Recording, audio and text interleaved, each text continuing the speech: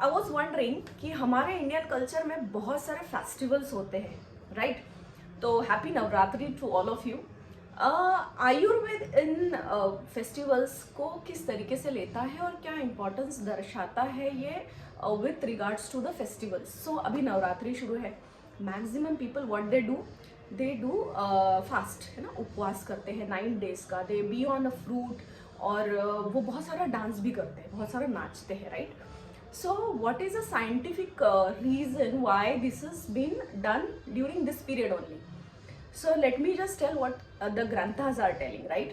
So granthas में ऐसा लिखा है कि ये ऋतु संधि का काल है। ऋतु संधि का मतलब क्या होता है कि एक ऋतु, मतलब अभी हमारा रेनी सीजन चला गया, हम लोग मोटा मोटी बात करते हैं, रेनी सीजन खत्म हो चुका है और अभी शुरू हो जाएगा ठंड, ओके, जो विंटर्स शुरू हो जाएंगे। सो रेनी और विंटर जब रेनी बंद कम हो रहा है और विंटर जब स्टार्ट हो रहा है, तो जो 15 days का पीरियड होता है जहाँ पर सीजन शफल हो रहा है, उस टाइम को या उस पीरियड को हम कहते हैं ऋतु संधि। अब ऋतु संधि में क्या होता है कि season changes, right? So season changes and our body is not able to change so fastly.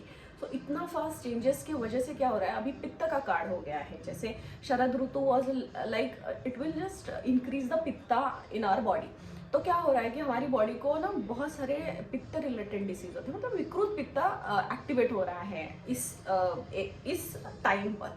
तो क्या हो रहा है, एसिडिटी के प्रॉब्लम्स या कहिए स्किन डिसीज के प्रॉब्लम्स, बहुत सारा ड्राइनेस हमारे स्किन पे आ रहा है, बहुत सारी खुजली या फिर कहिए शीत पित्ता, जिसे हम कहते हैं कि शीत पित्ता मीन्स स्किन इचिंग और बहुत सारी चीज़ें, एसिडिटी की प्रॉब्लम, बहुत सारा जुलाब हो रहा है या फिर कॉन्स्टिपेशन हो रहा है। तो this pitta is not very natural and it is acting like it is creating some और अदर पित्त के दोषास इन आवर बॉडी।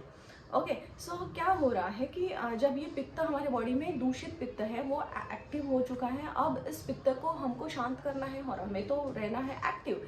तो अभी विंटर्स में क्या हो जाएगा, हमें बहुत अच्छी भूख लगना शुरू हो जाएगी और फिर हम बहुत सारा कंज्यूम करना शुरू करेंगे। अगर इस विकृत पित्त को अगर एक्टिव नहीं किया, इसको हमने शमन नहीं किया, मतलब अगर इसको कम नहीं किया, तो हमारी बॉडी में एक टाइप का डिसीज आ जाएगा जहाँ पर हमारे खून में वो जो पित्त बढ़ा हुआ है वो हर पार्ट में, हमारे बॉडी के हर पार्ट में जाके डिवाइड हो जाएगा and it creates lot of impurities in whole body. और कहीं ना कहीं उस बॉडी का ये दिखेगा, इफेक्ट दिखेगा और हमें डिसीजेस होने शुरू हो जाएंगे, राइट?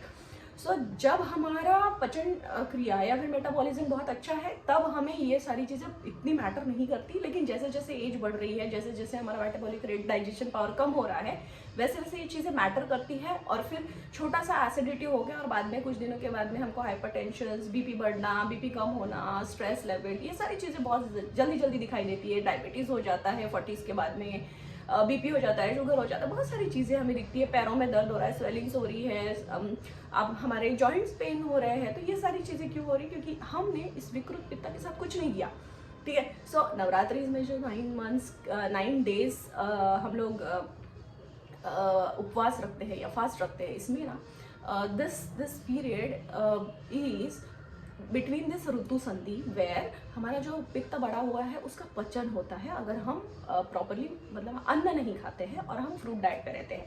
अब इसको लोगों ने ले लिया है गलत और they are like eating whatever they want.